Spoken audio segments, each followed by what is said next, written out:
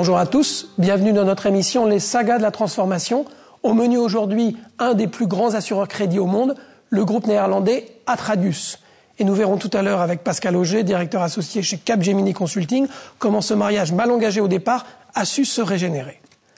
Atradius, effectivement, c'est peut-être un nom que vous ne connaissez pas, se cache derrière un des plus grands assureurs crédits au monde, le deuxième en fait, fruit de la fusion entre NCM et Gerling, un groupe qui compte plus de 4000 salariés présents dans 40 pays.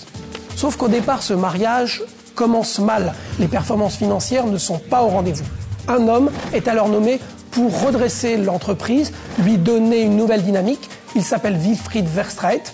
Il va reprendre la société à bout de bras, la relancer et notamment l'appuyer sur deux points forts qui sont l'innovation commerciale et la croissance externe. Aujourd'hui, les résultats sont là, l'entreprise est repartie de l'avant, elle a su se bâtir une nouvelle identité et Atradius a même été couronné par le magazine World Finance au titre de l'année 2008 comme meilleur assureur crédit au monde. Pascal Auger, bonjour. Olivier, bonjour. Alors on a vu que ce mariage au départ entre NCM et Gerling pour créer Atradius a été mal engagé. Pourquoi ?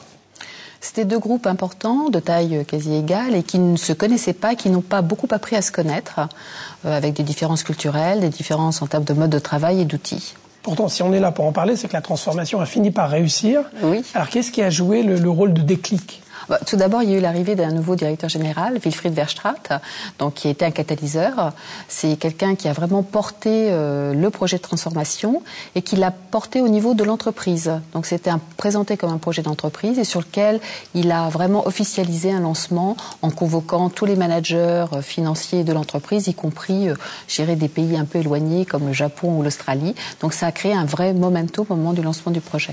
Ça veut dire que la notion de ressources humaines a été là aussi une des clés de la transformation réussie d'Atradius. C'était fondamental en fait. Il y avait beaucoup de chantiers techniques à aborder et certains avaient d'ailleurs été déjà lancés par les équipes Atradius. Néanmoins, pour aboutir et arriver à produire les résultats escomptés, il fallait absolument qu'il y ait une mobilisation des ressources humaines, mais des acteurs clés, et puis aussi la création d'une véritable communauté. Et ça a été un des points clés de la réussite de ce projet de transformation, c'était de mettre en place une leadership team et d'installer vraiment des modes de travail et des process collaboratifs. Donc pour se résumer, la réussite d'un groupe comme Atradius, un groupe fusionné, c'est basé sur un management fort, incarné, mais qui réussit à descendre au niveau des équipes pour qu'elles travaillent toutes ensemble. Oui, de descendre au niveau des équipes et puis leur donner du sens.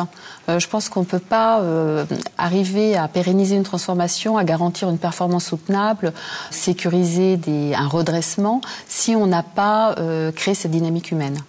Pascal Auger, merci beaucoup pour ces explications. Merci.